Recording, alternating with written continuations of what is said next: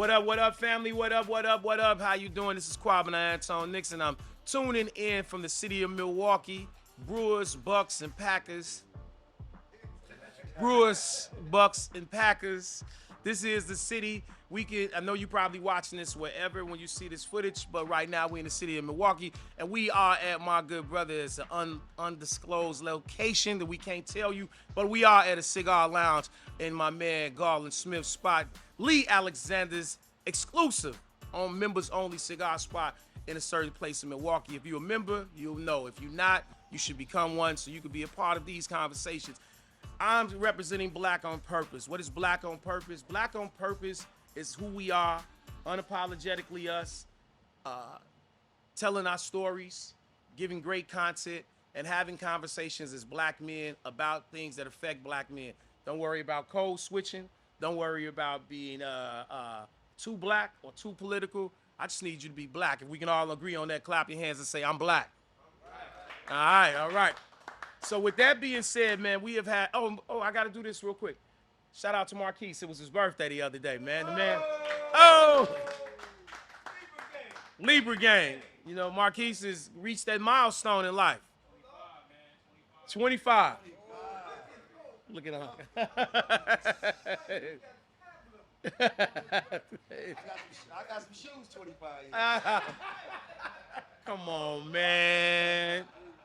Keith's doing a great job, man. Happy birthday, man. Happy birthday, man. Let's give him a hand clap, man. Please, man. Let's show some love.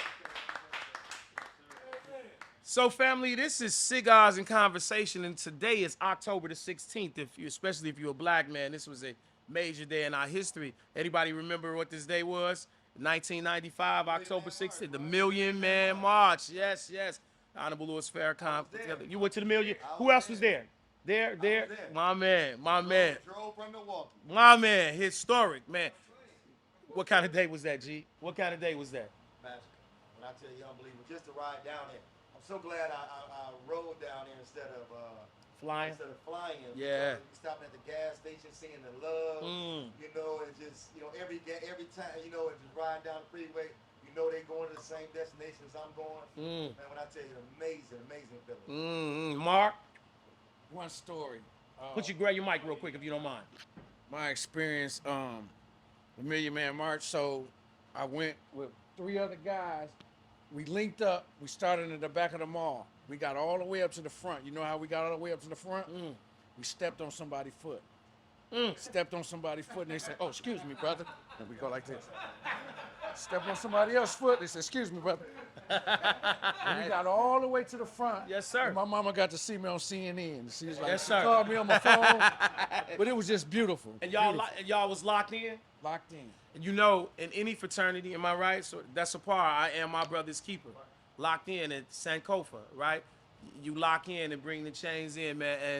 And today, Kings, I'm so glad today is October 16th, and I'm so glad we started there because right now we are in a moment of history.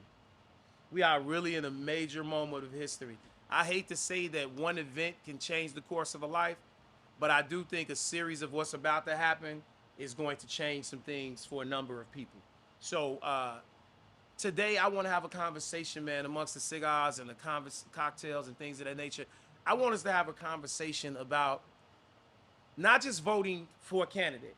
Just let me make real clarification. I'm not asking you about the candidate you vote for, right? But I am asking you, in your opinion, as Black men, whatever age we are, the importance of your vote. Does voting change? When was the first time? Do you remember the first time you voted? Were you ever hesitated about voting? And honestly, in the lens of Black men as we are in this time, if we can be truly honest, does voting play a part of changing our lives, or is it becoming a formality of what they say we're supposed to do? It's loaded, but we are Black men. And shout out to my brother G, when we at the barbershop, that's what the conversations are. If we at the backyard, these are the conversations. We at Garfield's 502 on the porch. These are the conversations we have amongst each other. We can go from agreeing to disagreeing. And last but not least, family, please do not make this your political platform to well, not so much endorse Unc, but to take the conversation over. Conversation is great when we all get a chance to build. I want to hear from everybody. All right. So, sir, grab the mic if you can. Pass the mic. Being the oldest in the room, I And how old is that? um, 37. You flip that, and that's what my number is, 73. But coming up during the civil rights era and the stress and the pain that our people went through for the privilege of voting, I voted for the first time at 18. But more importantly, I was privy to a conversation yesterday with a 21-year-old young lady whose father has never voted. And she was stressing the fact that how important this particular election was because her future will be impacted by the results of this particular election. Now, you can say it no clearer or succinctly. It's an important election for all of us. And I just wanted to stress that point and share that with you, everyone who can hear it. It's an important election for all of us. The most important we've ever had. Thank you. All right, give him a hand, man. Show some love. So, with that being said, man, yeah, you can get up for him, yes. So, with that being said, I'll start here. There was an amendment that was given, we were given, if I can say that right, given the right to vote. If someone can give something to you, they can take something away. If someone can give something to you, they can take it away. And if someone gives it to you, it's almost kind of out of a suffrage. I think we should, or it could be empathy.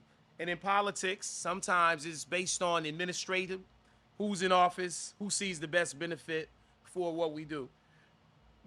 Africans, and I'm not going to use the term slave, we were kidnapped and enslaved since 1619, according to what we've seen. The first Africans landed in Jamestown, Virginia. And I use that term, they wasn't slaves, they were enslaved. They were human beings who were dehumanized, who had god-awful things done to them on that ship. And by the time we got here, we looked like animals, we looked like beasts. And from that day forth, we've been dehumanized. From 1619 to quote unquote, and I'm using these bunny ears, 1865, we were given our freedom, and then we were allowed to vote at some point. For others had a 200 to 400 year start on us. We weren't allowed to read, we weren't allowed to marry, we weren't allowed to be educated in any form or fashion. And even when we had the right to vote, and I think that's the Voting Act 1960, 65, 64? All right, excuse me, I'll do a fact check. We were only 50-something years removed from slavery, right? And with that, you had Jim Crow, and you had the black codes, and the intimidation. You had to pass a constitution test in order to vote. You had to bring God knows what just to vote.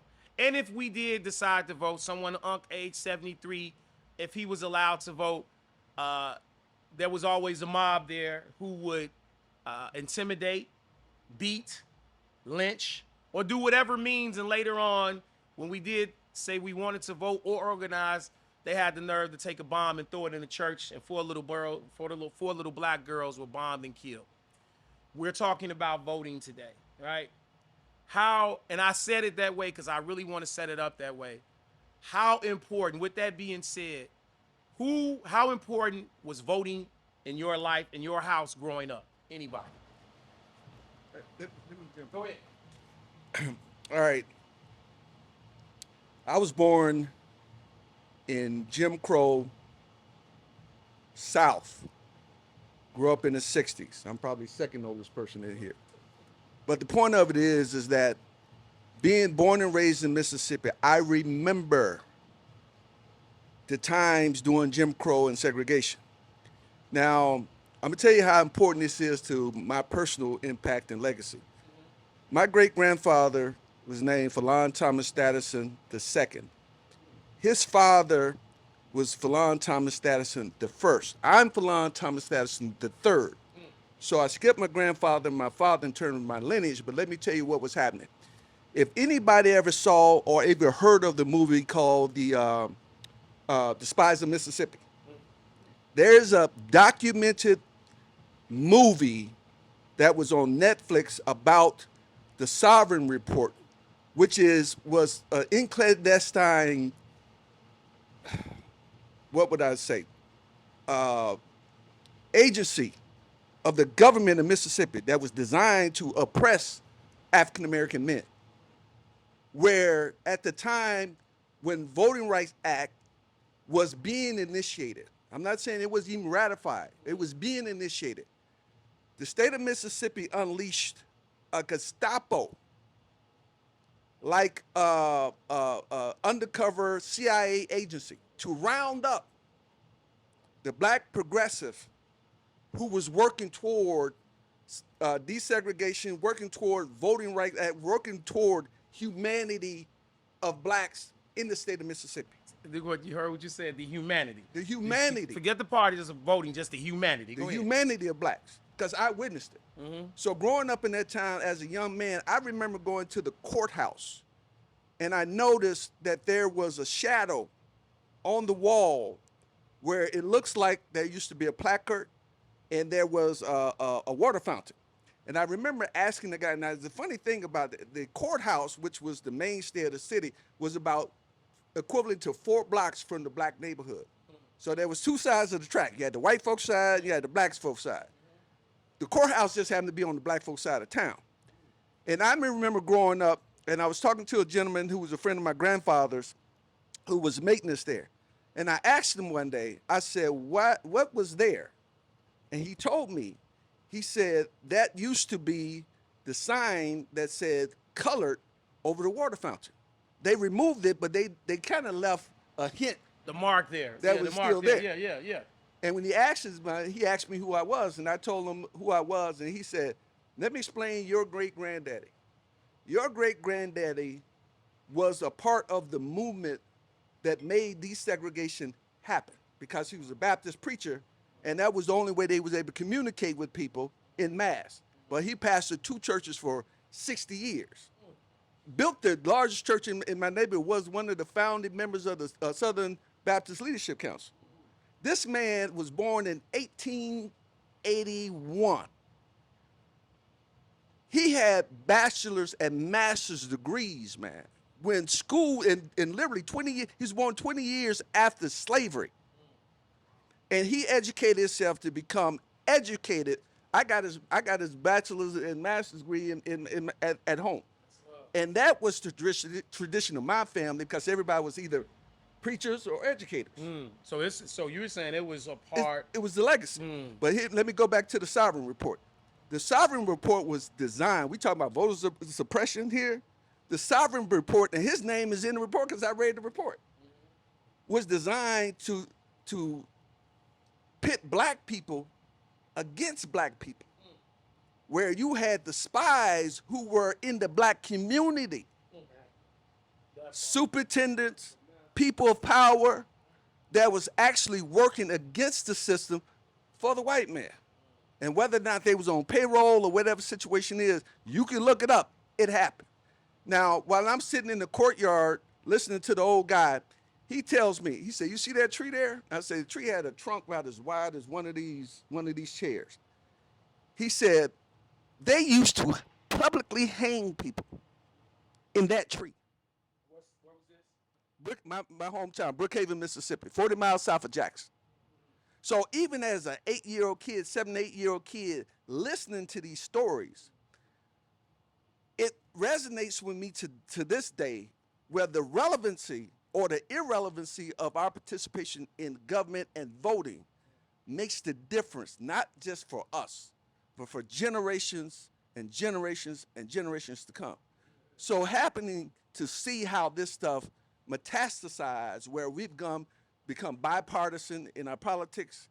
Now we've gone beyond politics. It's not about politics now. It's about entertainment and relevancy to the Hold that connection. part, because I want us to get there. Hold that. No, because we're going to talk on that. So even then, you're saying it was gatekeepers holding, as you said now. So it's a legacy part for you. So this was no question because the history, tradition, and Right, so, right, okay. right. Well, I think, well, go ahead, G. well. Go ahead. I was born in 1970. Okay. So I'll be 54 years old in another month and a half. What I feel, where I feel, a major problem that we're having now. Hold on before you get to the Wait, problem. wait, I'm Yeah. gonna Oh, tell you okay, because yeah. my mom and dad, they never ever ever. I've never ever went to the polls with my mom and dad. It wasn't a conversation. Right. It just was. I mean, I'm not saying they didn't vote. I'm not saying they didn't vote, but they didn't take us. We never saw the process. Right. We never saw it. And I could argue and to say many of my friends wasn't going to the polls with their parents. It just wasn't. It just wasn't a thing. Was it I'm a not part saying of my the mom and dad conversation, wasn't G? great parents. Was it even a part of the conversation in the wasn't even house? part of the conversation. I mean, it wasn't. The stakes. I believe the stakes was always high, Right. but it wasn't as high as it is now. I would say because of the radical individuals we've been having. The extremes they're going to. But that's why I say now the problem what we have now is we need to be intentional about taking our kids to the polls. My son, I got a 16-year-old son and a 17-year-old son. My boys go to local elections with me. If I'm not going, if they're not going with me, they're going with their mom. Right. Going to local elections as well as the presidential election. Right. So you have them involved. Here, let me go before you go, Unc. Let me go over here to Mark. Go ahead. You can pass it in real quick. So the different experience for me was it was taught about voting in my household. Roughly around 16, a 2-year prepping period. Well, anybody else can know what I attest to mean? that? It was when like you was a- a boy, that there was a conversation about voting. Okay, not me. Go ahead. So the local, I knew about the local aspect, voting locally, and then it was 2 years to the presidential was to come up. And so my mother took us locally. Then we knew of that age, the 2 years, I was able to vote because I turned 18. And it was taught, it was important about voting because what our ancestors did. So it was, but again, before you speak, Unc, before anybody else can chime in, but each one of you said it was legacy. It was a part of your house. There was no way around it. G, transparent, honest, and said, I don't know if they voted or not because that wasn't the conversation in the house, right? Right. And Mark said, right. And Mark said, well, no, at 16, based on parents, traditions, and family, you were on your way. At 16, you were being prepped for, right? Right. Okay. And the very importance of, what I'm saying, it was always very much stressed like, look, our ancestors fought and died for this right. So it was duty. It was a duty. It was a duty, a family duty. And the other real point that my mother always somewhat stressed, she says, vote for the two of the lesser evils. Wait a minute, say that again. Say that again. Vote for the two or lesser evils. So we've been going either way. We've been either shot or stabbed since we've been going through it. I want to come to you with that too, because I know where you go ahead, huh? Anybody, we can stay with that question, but I'm gonna come to you with that. Go ahead. Real quick. So 1969 was the first time I voted. I was 18. In that, especially locally, they voted.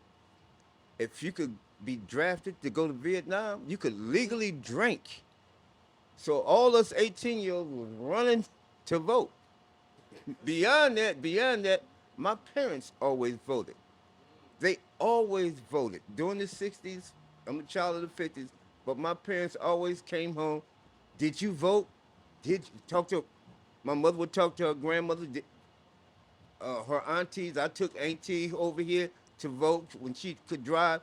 They all voted as a family. It was a right that everybody had to participate because they had been denied this right so long. So it was a family thing. It was damn near a party. So before you, Well, let me let's stay hear there, because I got to ask you this. Now, myself, G, and Mark, and I think we all are kind of in the same age, right? You guys, you had the Vietnam War, right? You just coming off the civil rights movement, am I right?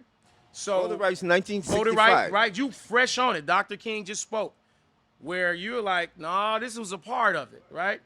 Was that sweeping through the community, or was that like? Because I think if I'm wrong, ours it was kind of we this the crack era, so it's like you With right? that being said, Yeah. this was a period when Milwaukee, Wisconsin was flourishing. Everybody worked. If you wanted a job, you could get a job. Nobody was listen. If you didn't have no money, you didn't want no money. Period. Industrial, but this is the industrial time. The industrial portion of this, the breweries, everybody had a job. Listen, I lived on the block. Everybody was homeowners on 14th and Keith. And this is what? This is that. This is this is the 60s. This is So 61. this is 60s. This is when it's flourishing. This is the A.O. Smiths. A.O. Smith. A.O. Smiths. Heinsberg International Harvester. I mean, wherever you wanted to go, you could find a job. So, okay. All right. But listen, go ahead. and these men took care of their families and bought these homes. So that's what I'm saying. This so your era. Yeah. If I'm just making the context in your era. Yes, sir. This was a guarantee. This is how we get out of our situation. You got Malcolm. You got King. You just coming off the bus boycotts and everything. That spoke on the legacy of it. And hold on now, Key. You were shaking your head because, as G said, I didn't know. Mark stated it's a part. Key, you were shaking your head about the lesser of two evils. You could speak on it, and now tell them what you do. I mean, the work you don't have to tell them, but your community involved. All right, go ahead. How old are you? 31. First, why did you get into any of the stuff you're doing now? Man, so I want to preface by saying I was born in East St. Louis. Okay, East St. Louis. What And years? I was born in '93. So that's the yeah. And it's wild to me Yes. when I say my grandma had 20 kids. When I say this conversation, I didn't think about none of this, especially in East St. Moving, I was in like 4th grade. Parents, mama didn't talk about it. Nobody talked about it. Nobody talked about it. In the neighborhood, family. Nobody. And we project living, making it, just trying to. Nobody talked about nothing. Our city in ruins. I just remember like we just making it. But moved to Janesville, Wisconsin. All these white. It was a nice, just nice. I remember crying when I moved to Janesville, Wisconsin on my first day of 4th grade or whatever. But I didn't think about voting until college. My mama literally just making it. I can but lesser of two evils, that saying get to me because once I started to tap into the rich history of East St. Louis, for example, like race riot, it used to be the most populated. It was a place of resistance and population. Yes. And so when I tapped into joining my fraternity and really became proud of being a black man, I'm like, ain't no way I'm finna be sitting back on the sidelines with my ancestors die for this. So I tapped in really in college. You tapped in college. Who would you say was there? Because, again, I'm throwing this. We have an era, and I'll come to you. Hip-hop educated us about the process. That was our, what's the name? Yeah, the Fight the Power, Public Enemy, right? Eric B. and Rakim introduced us to where you say you got to East St. Louis. And so for those watching, 90 something East St. Louis was a desert. I mean, it was burnt. Crack had destroyed. The industry was gone. It was rough down there. It was, all of it. And that's a part of downstate Illinois that's poverty stricken in so many ways, right? Where was your introduction and how, I know you're fraternity, but where was your introduction into even the understanding of why you need to vote? Man, I think I would lean on my fraternity, Alpha Phi Alpha Fraternity Incorporated. I can recall hearing about Martin Luther King. I'm like, oh, what is an alpha? I ain't know nothing about fraternities and sororities. Nothing. So when I started to do read the Divine Nine book, we all got similarities in why it's different parts of history of why we became incorporated and why we do what we do. But it's like, once I dove into like Martin Luther King and I was sold, and it's full circle moment, and I'll leave it at that. But full circle moment, Donald Trump was candidate in 2016 when I was preparing for my first election. Like, ain't no way I'm gonna sit by and let this watch this racist happen. Sorry, I'm not trying No, to no, be it's okay. No, no, partisan. King, you good. You are Full good. circle moment. It's crazy. And, How and that- since then, I've been fighting. My man, give him a hand. Show some love, please, please. Brother. Landon, your experience, and it's crazy how we say, all of us, how we came about. It's like, had you not gone to college, or had you not had any introduction, you could be just as the young men we know, right? Okay, Landon, your introduction. Is that your fraternity, brother? Yeah, that's my frat. I'm gonna tell you, like G, I didn't hear about voting ever in my household, right? I grew up as a preacher kid, and we never talked about voting candidates or anything back in those days. My wife actually is the one I voted when I was 37 years old. My wife, First, give him real for honesty, man, please. Yeah, that's real. and it was my wife who said, "Hey, man, you got to vote." And I went out and voted, and I mean, I voted ever since. But I've always been the person who I have to vet you when you come to the door. I just don't vet. I don't vote just because somebody's the same color as I am. And I got a story. I got a story, and I'm gonna tell you why I vet people. So I was sitting at a bar on 60th and Good Hope. I was talking to a white gentleman, and we had a conversation. You know, I was telling him what I did. I was a deputy sheriff at the time. I was going for a PhD at the time. So he was like, "Hey, you look like a good candidate to run for office against Sandy Pash." And so I was thinking about it. And so he said, "Have you ever heard of the Black Coalition, Conservative Coalition?" I said, "No." He hooked me up with a few brothers.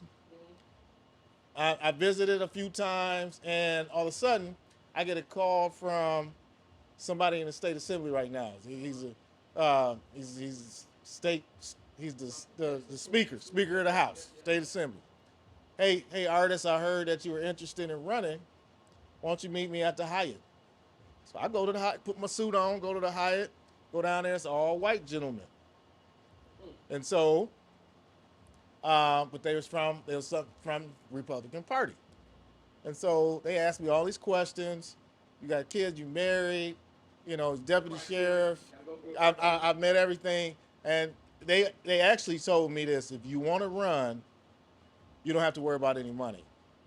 As long as you speak, at that time, Scott Walker's way. As long as you speak Scott Walker's way. I thought about it. I went home, and I said, some people can be bought that look like me. Because you fit the. So am I right? Because So, you fit the. so when you say so when I hear somebody say you didn't vote, you hate women because you don't vote for somebody your color. No, you know what? I gotta vet you when you come through the door because somebody might be in your pocket. Ha. So now you look at it from not just to say the voting, but you fit the criteria. You talk a Absolutely. certain way, you look a certain way. We like you, but if you do, Right. okay. And in my position today, I see people that look like me, and I see some people in their pocket.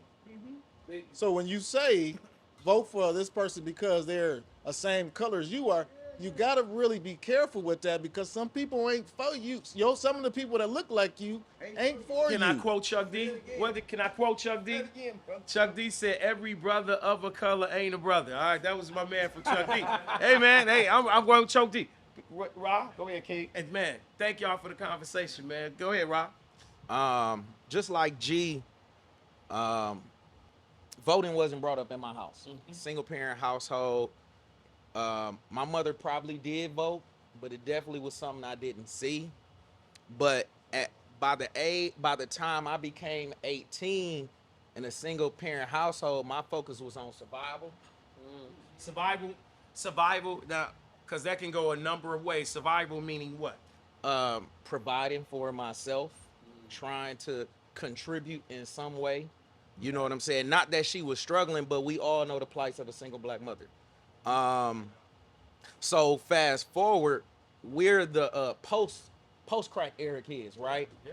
So it was so many of us by 19, my record was already shot to vote. You know what I mean? So it was a continual cycle of just surviving to position myself, just period. Because you out the system, but Yes. you're in the system. So my relying wasn't on the government, it was on self at that point. So voting wasn't of my interest, on top of, like you said, we were part of the hip hop era, and it was a lot being spoken about the government. So although we wasn't being taught from our parents, we was being taught from the music. So the changes that everybody was talking about on TV, we never was seeing beforehand, afterhand. So it wasn't like, well, let's hurry up and vote so we can see that change we missed last time. You get what I'm saying? So only until I was educated, and to be quite honest, the first real initiative of voting came from when y'all did get out and vote from your shop on Fond du Lac. Remember when y'all was deep? That's 2011. How old were you then? Ooh. Go ahead, speak on it. What was that, 2011? Yeah, at the shop. It was 2011, yeah. I was probably in my 20s, something like that, late 20s, something like that, when y'all did that get out and vote. And it was basically, because y'all know, we see all the black men on the street. We don't see them in the buildings because we ain't going in the buildings. So seeing y'all out in the field made us feel that we could become involved. Man, wait, can we, listen.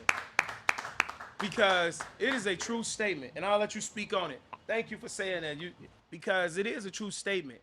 Just think about what you stated. You said, had I not went to school, right, you ignorant to all that's going on. And Rashad claimed right back and said, man, I wasn't thinking about, because you got records now. Yeah. So, and when our young men get records, they out the system. So you can't vote. You have no voice, and your vote now is on the streets, in the politics of the streets. I'll go to you, Terrence, about the same thing, your experience of voting and conversation. Then I'm gonna go to the next question. Go ahead, King. Unless somebody else had a comment on it, I don't have no problem. We'll go to you and then we'll go. We are good on time, family. Don't even worry about it. Go ahead. So my experience is, my mother picked cotton. She's from the South. So it was instilled in us. Speak a little louder. It was instilled in us very young. Because she's from the South, she picked cotton. We was raised, just mom, 2 boys. She instilled in us very young, folk died for us to vote. You can't change nothing if you don't vote. To this day, I'm 51. Every election, she calls me, hey boy, did you vote? Mama, I live in the suburbs. I can't vote this time. Right. Every time she's calling me to vote. So it was instilled in me when I was a young boy. Every time to vote. You can't change nothing if you don't vote. If you don't vote. And again, with you, so if I'm wrong, brothers, and before I go to you, so for those of us who did, it's a historic thing to it. Am I wrong to say it's instilled from beginning, okay? Okay, my first time I voted, I was 18. I was in the military. Military guy. Yeah. Let's give him some love for service. Thank you, man. But coming up, my family was from Pine Bluff, Arkansas, and I think they kind of just adopted the stigma from voting. My uncle used to say, doesn't matter who you vote for, you're still gonna be black, you're still gonna be poor. Say that again. You're still gonna be, doesn't matter who you vote for, you're still gonna be black, you're still gonna be poor. And then as I began to educate myself, I don't think he really understood that for most things within our community, you know, you have to vote locally for things to change. They make policies and things within Washington, but we have to make sure we place the right people in the right position that share our interests. So it can be like, we voted your black ass in, we can vote your black ass out. This is what we need, you know. So I'm 56. I'm 56. I was born in February of '68, you know, and what educated me was just books and movies where So you got it outside of the house. Absolutely. My family, I don't think they ever voted, never talked about politics, or anything. It was just work, work, work. They never passed that on. And I think maybe coming from the South, the fear and intimidation that they saw. I think coming from the South, the fear and intimidation kind of just stuck with them, where they didn't vote then, and they didn't seem like how they vote would matter, now, because we still black and we still poor. But I think if you educate yourself, then you can overcome them obstacles and know what's best for you, what's best for your family. You may want to vote for a policy that's going to impact your grandchildren that you may never see. Yeah. But you have to pick those things that's more for you and your family suited. I've been voting ever since I was 18 and I joined the military. My son goes with me. They've all went. My youngest is 11. So you, like G, if I'm right, Rashad, you changed all of you, because you have a child now, right? Am I correct? Okay, but you're newly married, right?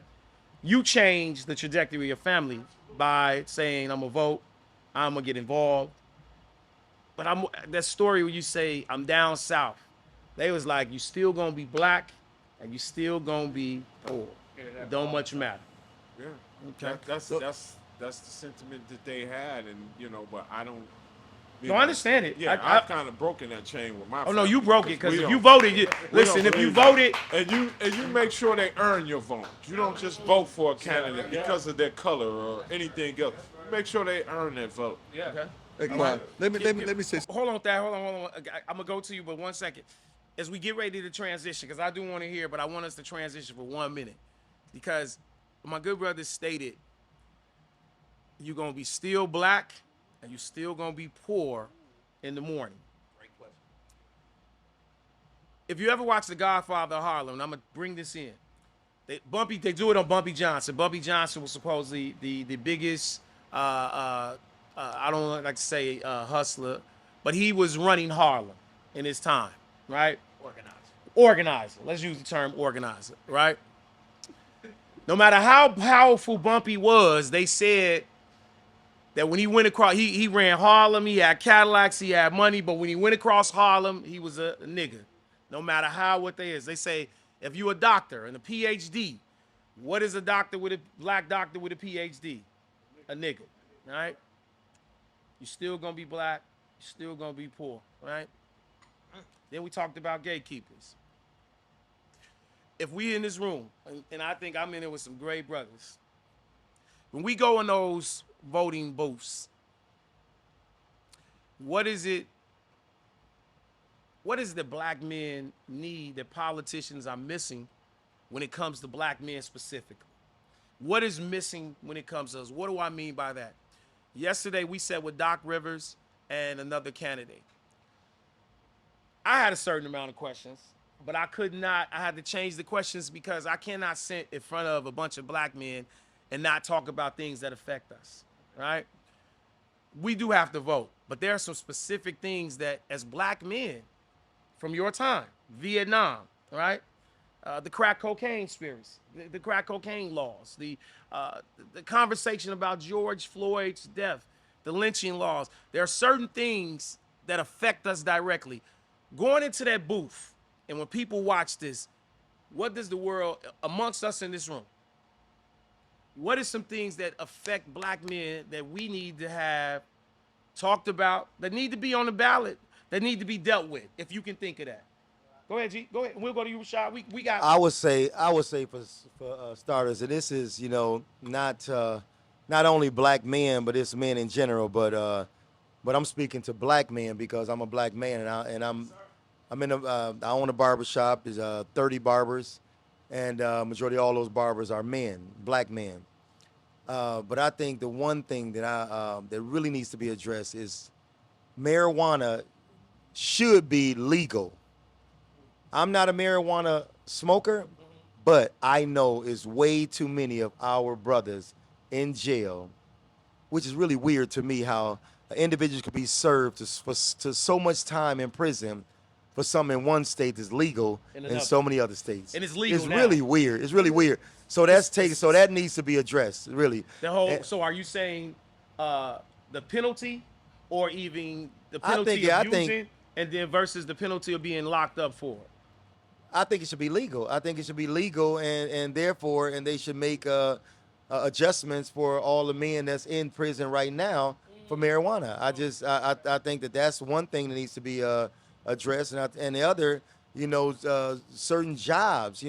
Jobs is a major thing. In terms, a guy cannot take care of his family. He feel less than a man if he feel like he don't have. I mean, when I say a job, I'm speaking of a real family, a real wage, a real family supporting job. We have to, focus on that. Okay. All right. So he said, you said marijuana, the being locked up about it, even using. Would you using? Because sometimes they'll say if you used, they can't get the job now.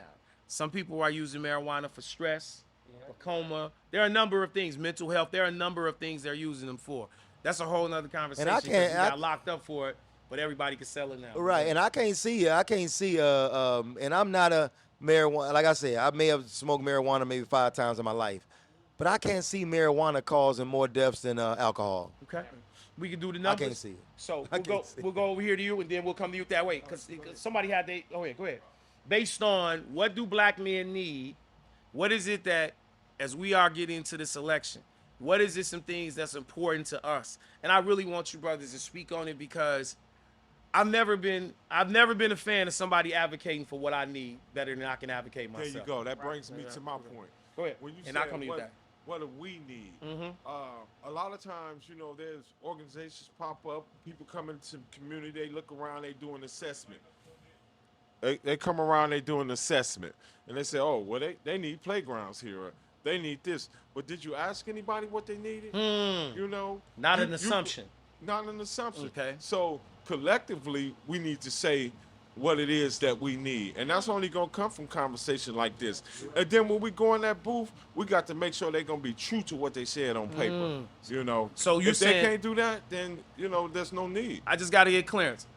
Not so much as acting as an individual. We need a collective group sitting down, having conversations about what we need as a whole. Man, hashtag save ourselves. Go ahead, my man. Go to Thad and the next person. Remember, what do we need as black men? Pass the mic. Rashad needs it. Go ahead, Thad. I'll go here, and then I come to you. I just want to follow up on the point that I was initially making about the sovereign report. Then I'm going to address what G said, and I'm touch to what my man just said over here. Okay. As I was saying previously, the sovereign report was a report created by the state of Mississippi that was targeting influential black people in Mississippi at the time to not only suppress the community, but to suppress their impact on the vote. I don't know how many people, a lot of younger people here, he might know, ever heard of Medgar Evers. Medgar Evers was a trailblazer in the civil rights era that was murdered in his own yard by the powers that be. Medgar Evers was on the sovereign report list in addition to my great-grandfather and my grandfather. Either one of those gentlemen could have been the next victim after Medgar Evers. I remember my grandfather was a prominent businessman, leader in the community, as was my great-grandfather. We had prestige and accomplishment in leading the community of a 10,000 population city, majority black. I remember my grandfather, despite the 400 acres that he owned of a cattle ranch, going to what they call a mill, where they bought feed for cows and stuff. He told me to stay in the car. And it wasn't until I was grown to realize that particular moment, that day, I'm sitting in that car and I'm like, why am I sitting in that car? The reason I'm sitting in that car, because as a proud, accomplished black man in the community, he was still a nigga when he went into that feed store. And he didn't want me to see that. And I remember on the way back, he had a conversation with me. I'm all of 7 years old, man. This brother said, if you don't do nothing in your life, never look down to a white man. If you never do anything in your life, vote. We working our ass off just to be able to vote. So just to be listen, Just I to got be so I gotta able say to that vote. again, because you just said just not be working able. out to be great, not working out to have wealth. You saying just the most basic Bruh. human right. Am I saying wrong? Human right, just to vote. The brother who was telling me about the shadow on the wall and the tree told me black folks used to have to count the bubbles in a fucking jar, bro. Jelly beans in a jar just to qualify to vote. And there was never an answer that was correct. So as I progressed through life and I began to hear the voices of the past, of which was the seed planted in me germinating, to come to a reality to understand that we are not in this situation alone. However, we have a responsibility to this situation and to this moment.